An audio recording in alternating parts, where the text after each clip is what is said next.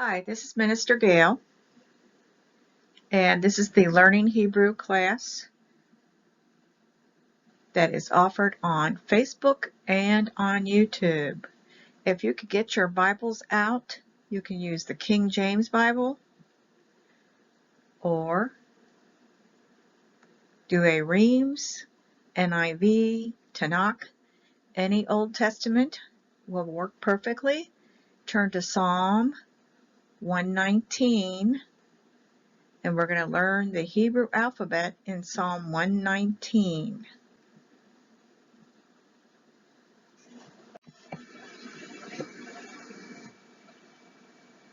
And I will ask you that this teaching series is used for teaching only, not to be sold. This class is saved on YouTube and the Facebook class Learning Basic Hebrew Virtual Classroom 2020.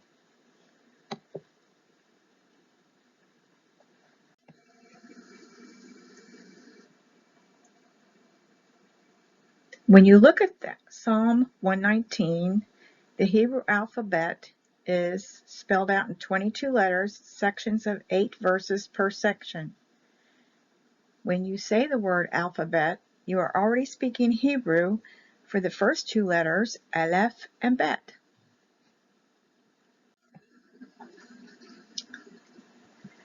The Hebrew alphabet is in the book of Psalms 119, the third section of the Hebrew Bible, and that is in the Tehillim for praises. The Psalm is the first book of the Ketuvim writings. The Tanakh is divided into 3 sections. The King James is divided into 5 sections for the Old Testament, but we have the same exact number of books, all 39 books. The first letter there in verse 1 is Aleph, A-L-E-P-H, and it will be written as a mark or an apostrophe. You will see a mark or an apostrophe when they translate it out. Sometimes they leave that off the word and don't put it in there, but anytime you see an Aleph, and it's all Pictionary, it will be a mark or an apostrophe. It is not an A. It is pronounced, the letters have words, and it is Aleph, PH, or an F. Either way is correct. 2 ways of pronouncing it. Each verse would start, if you saw the Hebrew, with an Aleph, Aleph, Aleph, Aleph, Aleph, Aleph, Aleph, and an Aleph.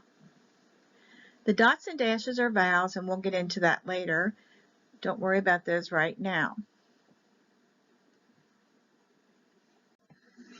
The next letter is B or V. If this picture has a dot in it, it will be the hard sound for the B. It will be a bet or a beth. If there is no dot, then it will be pronounced as a V. It's written as a B, but will be pronounced as a V. So the word Beth, B-E-T-H, is going to be a B or a V. And each verse starts with the letter B in Psalm 119.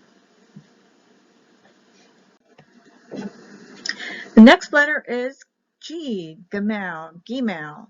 It can be written with one M or 2 M's for the letter G.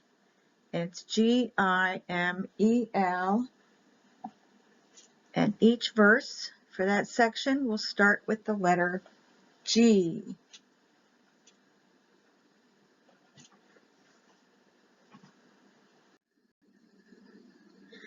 The next letter is the letter D. The word for that letter will be a dalet or a daleth. Either one is correct. D-A-L-E-T-H, and that will be for the letter D. Each verse will start with the D, the dalet, from 25 to 32. The next letter is H-E, and it will be an H in the word or an H-E, and it's H for like breath, inspiration, revelation, and it can be spelled sometimes with an H-E-H. But if you look up here, there's an opening on the left side where air, the breath would come in, breathing, like a window. It would have air. It's open on the left side, so then you know that is the fifth letter for breath or breathing. The sixth letter is a V or a W. If there's a dot next to it or on top, if a dot's to the left, it's a U. If it's on top, it's an O. But the letter is a V or a W, and it's written as V-A-U. Sometimes it will be a W-A-U, or a V-A-V, or a W-A-W. And that stands for the sixth letter, V or W, and each verse will start with that. The next letter, which is the seventh letter, looks like a 7. It's a sword, Z like Zorro. Looks like a sword or a 7, the handle of a sword. And Zayin, or Zayin this way, it's written both ways, both are correct. In the Hebrew Bible and in the King James, it was Z-A-I-N. Zayin for Z, the letter Z. The eighth letter is Chet. It has a guttural sound for the CH. C-H-E-T-H, or it's C-H-E-T. Either one is correct. And it's closed. So this is a closed H. H had it open and the CH has it closed. There's no gap here on the left. So that's the letter. And each verse from 57 to 64 is for the CH. The next one, which is the ninth letter, is the TE, T-E-T-H, verse 65. And it will be the T or T-E. Most of the time it's for T-E. And it can be spelled T-E-T-H or sometimes T-E-T. Both are correct. Each verse from 65 to 72 will start with a T-E in the Hebrew. The 10th letter is the power letter for Yod, Yod, Y-O-D. In the King James Version, it was written with a J-O-D. The Romans or Greeks changed the letter from Y, deleted it out of the Hebrew, and changed it to a J. There is no J in Hebrew. It says J-O-D in the King James Version, but it's supposed to be Y-O-D. They deleted the Y and replaced it with a J. So when you say Jerusalem, it's supposed to be Jerusalem. When you say Jehovah, it's supposed to be a Y instead of a J.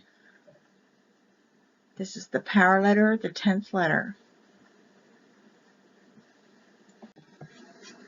So here's the example. In the Old Testament, in the English translation, Jehovah's in there 4 times with a J. When you look up the Hebrew concordance, the H3068 is actually a Y, not a J. It's Jehovah. Remember, they don't use the vowels. So in your Orthodox Jewish group, they will have YHVH, or it will be YHWH because the V or the W, both is the same letter. They just translate it one way or the other. It's only for pronunciation.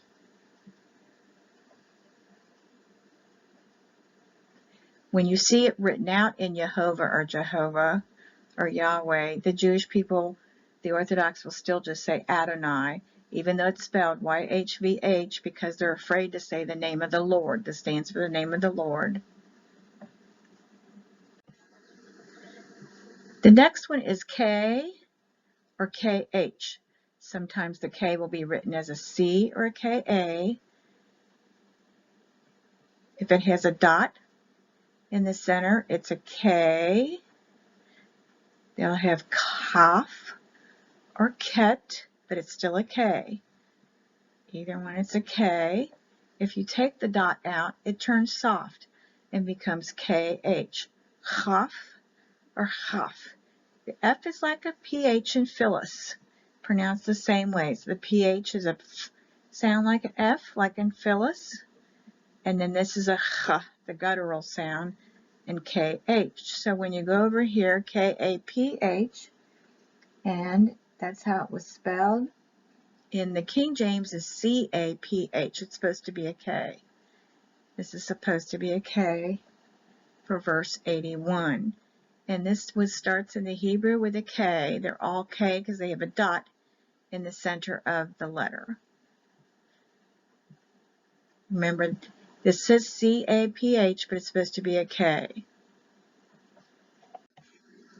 L for lamed, L-A-M-E-D, for the letter L.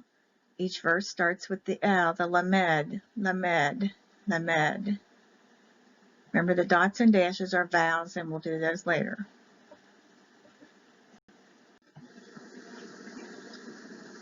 M for mem, M-E-M.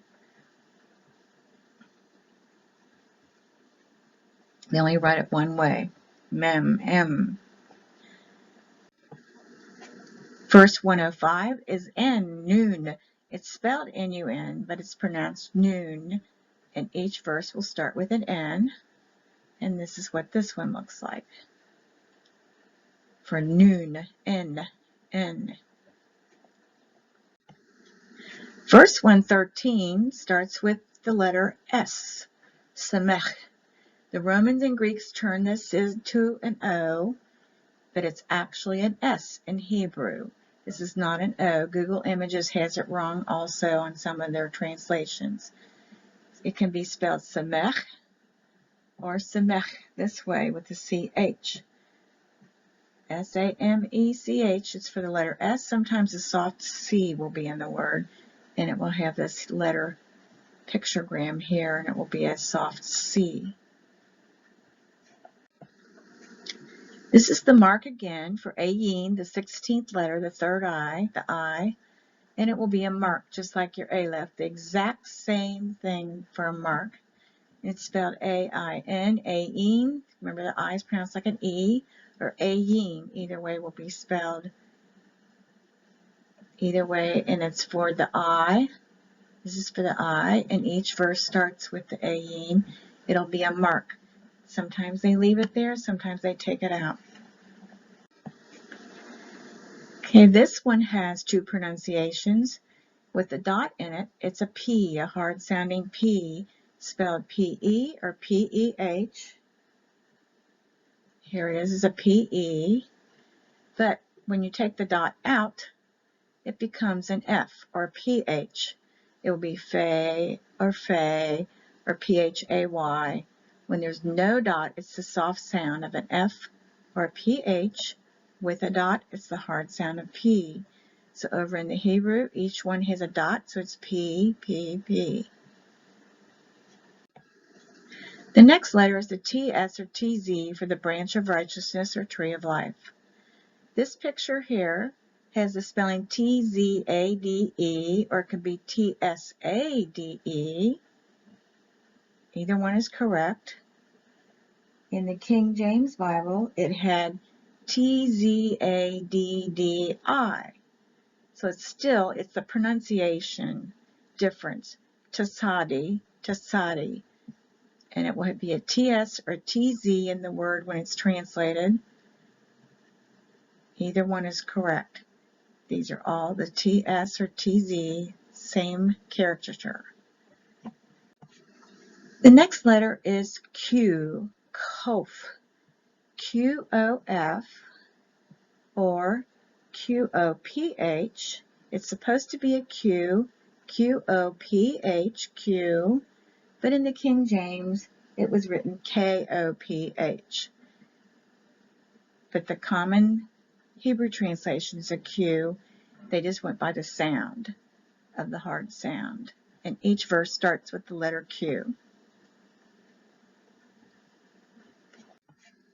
This is R for Resh, and it has a longer hop top on it, the head there, and that's Resh. R. Each word starts with an R. The next group is for the SH or SI. Shh. It'll be SHIN when it's translated from this word over here, the letter. In the King James, it had SCHIN. Both are correct, but it's going to be for the letter SH.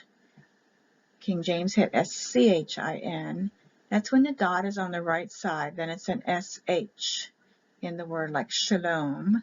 It will have this letter here with a dot. When the dot's on the left side, it's sin. When it's on the right side, it's SH. Left side, sin, SI, or sometimes just an S. So over here you have it on the left. So it's SI, SI. It's on the right here. That's SH, SH, SH, SI, SH, SH. Or it will be written sometimes just an S. This is the last letter in the Hebrew alphabet. It is a T or TH, Tav. In the King James, it was TAU, where the Greek translation made a TAU. But what it is a letter T, T-A-V with the dot. It's a T-A-V. It's a T if there's a dot.